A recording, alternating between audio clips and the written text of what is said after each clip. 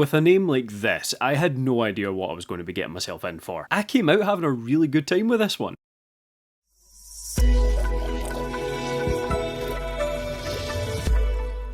Very quickly, if you like the cut of my jib, please consider hitting like and subscribe for more reviews and more hidden gems. But that being said, let's get on with this one. Bitch-ass. Swear to God, that's the name of this movie. So I got sold on Bitch-ass for the name alone. But then the blurb talked about this group of kids going into an initiation for a gang and having to play childhood games to survive. That had me. I absolutely love Saw, and I really was intrigued with what this movie had to offer. Now, it didn't say anywhere when I found this movie that it was also a comedy or like a black comedy, so that threw me for a little while in this film. You know, I even wrote down in my notes, is it a comedy? Because I really couldn't place it. You know, a few of the early jokes just don't land. Shit.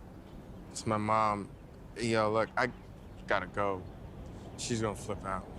I think your mama fine as hell.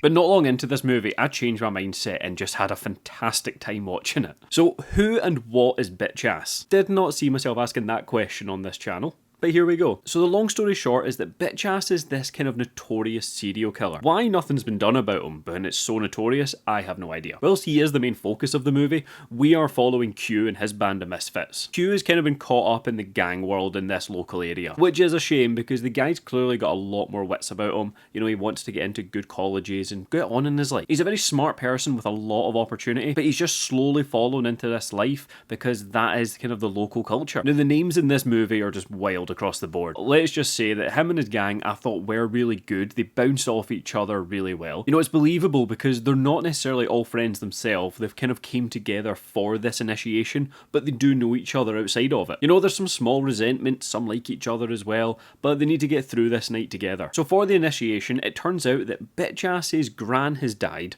and so they're now here to rob the house by the kind of gang leader. He's one of the boys' uncles as well, so he's very involved in this, and it's finally his chance to step up and prove to his uncle that he can do this. Like, what I think really made this movie work for me is that you need to switch off and not take it too seriously. However, Bitch-ass takes himself way too seriously. And it's that kind of contrast that really just made me enjoy this. Have fun, have a laugh. Like, listen to him, he's even got like the Batman gruff voice going for himself.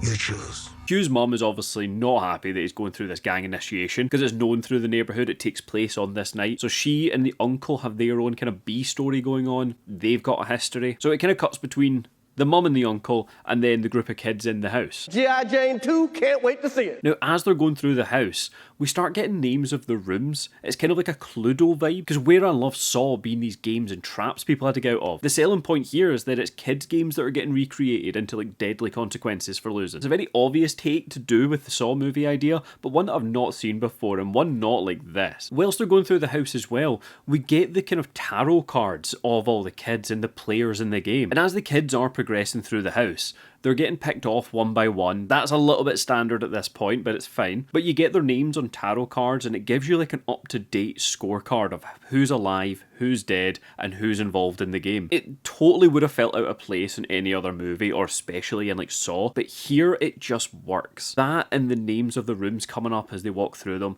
and the basis on kids' games, it all comes together into something that doesn't take itself seriously, but all the cast and all the writing takes itself very seriously, which just adds into the comedy. Bitch-ass, we learned through flashbacks, was abused as a kid. You can get me a Switch. You know, he was the outcast at school as well. He was just a geek who loved board games, and that's where his kind of love has grown over the years into these deadly board games. And when I say he got abused off his grandparents, like his gran gave him the whooping stick. Okay, let me have it. I ain't no nun. Bend over. But when it comes to these games, and something I did really enjoy, is that Bitch-ass puts himself in the games as well. So when he is playing someone one-on-one, you know, it's not like Saw where they're trapped in a room and they can either die or survive, and that's the two options. Bitch-ass is playing them, so the consequences of the game can also affect Bitch-ass, and they do in certain circumstances. So he's making it fair. I mean, he has captured them against their will and made them play the games, so fair's probably a loose word, however, fair nonetheless.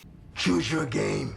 You know, we're talking about Operation, we're talking about Connect 4, Battleships, games like that. Ones that you've definitely played. And all the consequences are kind of related to the game as well. So he's put a lot of thought into this. Where he got the money, I have no idea to make all this happen. I'm not complaining.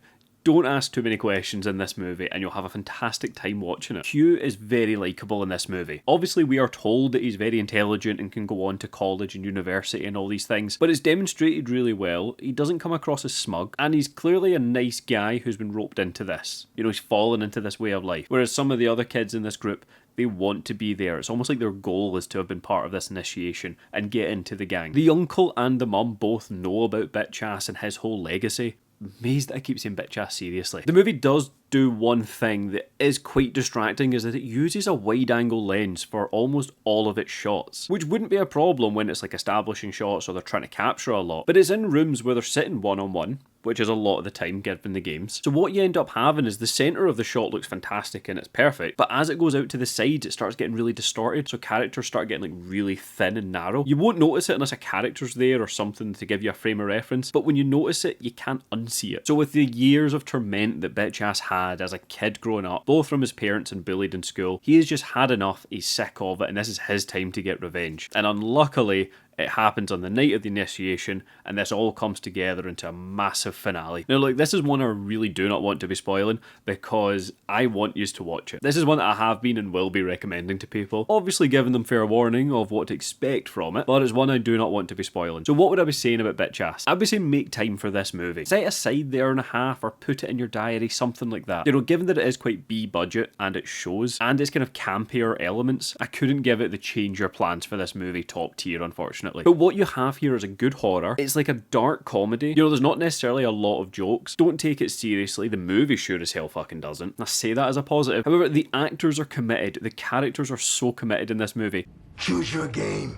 That you buy every second of it. So switch your brain off if you want a good horror. There's the gore, of course. It is like Saw. You know, the traps in here, well, games, are really inventive as well. How he's managed to scale up a kid's game, but also add in the consequences for losing or losing a round in the game. You know, they're relevant to the game as well. The movie keeps itself ticking along as well with those tarot cards. It doesn't quite go where you think the movie's going to go. You know, it's not just a case of here's the 4 kids and they start getting checked off one at a time. There may be some alterations throughout the movie as well. But if you like Saw, Hostel at a push, but you want something that's a little bit more campy, this is right up your street. So look, have you seen Bitch Ass? Are you interested in watching Bitch Ass? Please do let me know down below. And if you haven't yet, hit subscribe while you're down there. Helps the channel out and I love to see it. But as always, thank you so much for watching.